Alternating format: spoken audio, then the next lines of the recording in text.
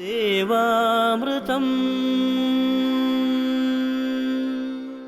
ദേവാമൃതത്തിൽ ഇനി ജ്യോതിഷ പങ്ക്തി. ദേവാമൃതം. ഇന്ന് 1192 ആണ്ട് മീനമാസം 16-ാം തീയതി, അതായത് 2017 മാർച്ച് മാസം 30-ാം തീയതി. ഇന്ന് വ്യാഴാഴ്ചയാണ്. നക്ഷത്രം 7 നാഴിക അശ്വതിയും ബാക്കി ഭരണിയുമാണ്. പതിവ് പോലെ ജ്യോതിഷ പങ്ക്തിയിൽ നമ്മളോടൊപ്പം ഉള്ളത് സർ ഡോക്ടർ കുടമാളൂർ ശർമാജിയാണ്. നമ്മൾക്ക് ഒരുപാട് ജ്യോതിഷപരമായ അറിവുകൾ പകർന്നു തരാനും അതുപോലെ തന്നെ പ്രശ്നപരിഹാരങ്ങൾ നിർദ്ദേശിച്ചു തരുവാനും ഒക്കെയായി അദ്ദേഹം വളരെയധികം സന്മനസ്സോടെ നമ്മൾ ഓരോ ദിവസവും സഹായിക്കാറുണ്ട്. അതുപോലെ തന്നെ ഇന്നും നമ്മൾ എത്തിച്ചേർന്നിരിക്കുന്നത് അത്തരമൊരു അധ്യായത്തിലേക്കാണ്. തീർച്ചയായും ഇന്ന് നമ്മൾ പോകുന്നത് വിഷുഫലം എങ്ങനെയാണ് ഇടവം രാശിക്കാരെ ബാധിക്കുന്നത്, അത് നല്ലതാണോ മോശമാണോ, അത് സമ്മിശ്രമാണോ, എന്തൊക്കെയാണ് പ്രശ്ന പരിഹാരങ്ങൾ, ഇതൊക്കെ നമുക്ക് ചോദിച്ച് മനസ്സിലാക്കാം. ആദ്യം തന്നെ നമുക്ക് സർ ഡോക്ടർ കുടമാളൂർ ശർമാജിയെ വളരെ സ്നേഹാദരങ്ങളോടെ ഇന്നത്തെ അധ്യായത്തിലേക്ക് സ്വാഗതം ചെയ്യാം. നമസ്കാരം. ഇടവം രാശിക്കാരെ എങ്ങനെയാണ് വിഷുഫലം സ്വാധീനിക്കുന്നതെന്ന് കേട്ട് മനസ്സിലാക്കുകയും വേണം. ഇടവരാശി എന്ന് പറയുമ്പോൾ കാർത്തിക നക്ഷത്രത്തിൻ്റെ മുക്കാൽ ഭാഗം അടങ്ങുന്ന 45 നാഴികയും രോഹിണി നക്ഷത്രവും മകേരത്തര, അതായത് മകേരത്തിൻ്റെ ആദ്യത്തെ 30 നാഴികയും ചേരുന്ന 2.25 നക്ഷത്രം അടങ്ങുന്ന രാശിയാണ് ഇടവരാശി. ഇടവരാശിക്ക് ഈ വരുന്ന മേടവിഷു മുതൽ ദുഃഖദുരിത വ്യയസ്ഥാനത്തേക്ക് സൂര്യൻ, അതായത് മേടൻ രാശിയിലേക്ക് 12-ാം ഭാവത്തിലേക്ക് സംക്രമിക്കുകയും ഇടവരാശിയിൽപ്പെട്ടവർക്ക് മനസ്സന്താന പഞ്ചമസ്ഥാനത്തേക്ക് വ്യാഴം നിലനിന്ന് വരികയും അഷ്ടമ ദുരിത ആയുസ്ഥാനത്തേക്ക് ശനി 2017 ജനുവരി 26 പകരുകയും ചെയ്തിരിക്കുന്നു. അതായത് 12-ാമടത്ത് സൂര്യനും 5-മത്തിൽ വ്യാഴവും 8-മത്തിൽ ശനിയും ഒത്തുകൂടിയ വിഷുവൽ പുണ്യകാലം. പ്രാണപിതൃകാരകനായ സൂര്യൻ, പ്രാണൻ്റെയും പിതൃവിൻ്റെയും പിതൃക്കളുടെയും കാരകനായ സൂര്യൻ 12-ാം ഭാവത്തിലേക്ക് വരുന്നതുകൊണ്ട് സാമ്പത്തികപരമായ അധിക ചെലവുകൾ വന്നുകൊണ്ടിരിക്കും. സാമ്പത്തിക ഞെരുക്കത്തിലേക്ക്, അല്ലെ സാമ്പത്തിക ഉത്തരവാദിത്വത്തിലേക്ക് നീങ്ങി വരുന്ന ഒരു കാലമാണ് ഈ വിഷുവൽ പുണ്യകാലം മുതൽ ഒരു വർഷത്തേക്കിന്.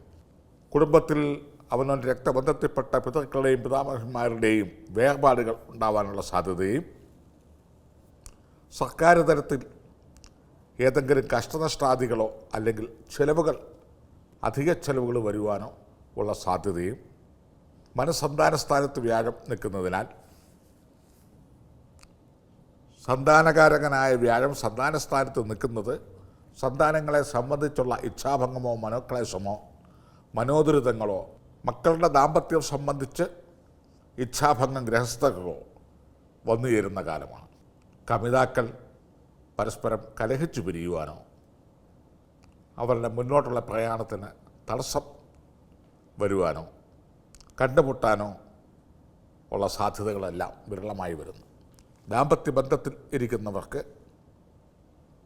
ദമ്പതി കലഹമോ വിരഹമോ വേർപാടോ സന്താന ദുഃഖമോ സാമ്പത്തികപരമായ അധിക ചെലവുകളോ കുടുംബസ്ഥ മുഖാന്തരം ഏതെങ്കിലും വഴക്കുവക്കാണങ്ങളോ കോടതി കച്ചേരി വരെ കയറാനുള്ള സാധ്യതകളോ ഈ രാശിക്കാർക്കുണ്ട്.